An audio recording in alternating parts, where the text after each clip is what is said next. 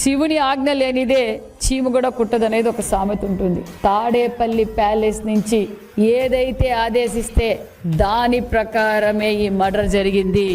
జగన్మోహన్ రెడ్డి గారి ఆదేశాల మేరకే మరి దస్తగిరి బలైపోయాడు.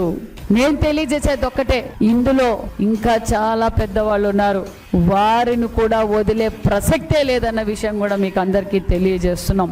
ఎందుకంటే బాబాయ్ వివేకానంద కావచ్చు, దస్తగిరి హత్య కేసు కావచ్చు, దళిత డ్రైవర్ సుబ్రహ్మణ్యం హత్య కేసు కావచ్చు, ఇలా చాలా మంది బలైపోతున్నారు. జగన్మోహన్ రెడ్డి గారికి కనిపించేది ఒక్కటే, కుర్చీ దోచుకోవడం, దాచుకోవడం, అవసరమైతే రపరప నరకటం.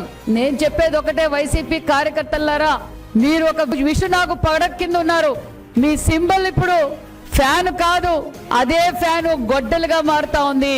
జగన్మోహన్ రెడ్డి రోజు రోజుకి కుర్చీ కోసం, ఆస్తుల కోసం తన సొంత వారినైనా బలి తీసుకుంటున్నాడన్న విషయం మరొకసారి మీకు అందరికీ తెలియజేస్తున్నాం. అంతేకాదు హత్య జరిగిన తర్వాత మరి వారింట్లో మరి అధికారులు పరిశీలిస్తే ఎన్ని వందల కోట్ల అక్రమ ఆస్తులు దొరికాయో మనందరం చూసాం. మరి సుమారుగా ఇది ఇంకా 100 కోట్ల దాకా మరి ఆస్తులు కూడా దొరికాయి. ఆ ఆస్తులు కూడా ఎవరు అనేది ప్రత్యక్షంగా మరి అందరికీ చూపించాం. మేము తెలియజేసేది ఒక్కటే, ఖచ్చితంగా చట్టం తన పని చేస్తుంది.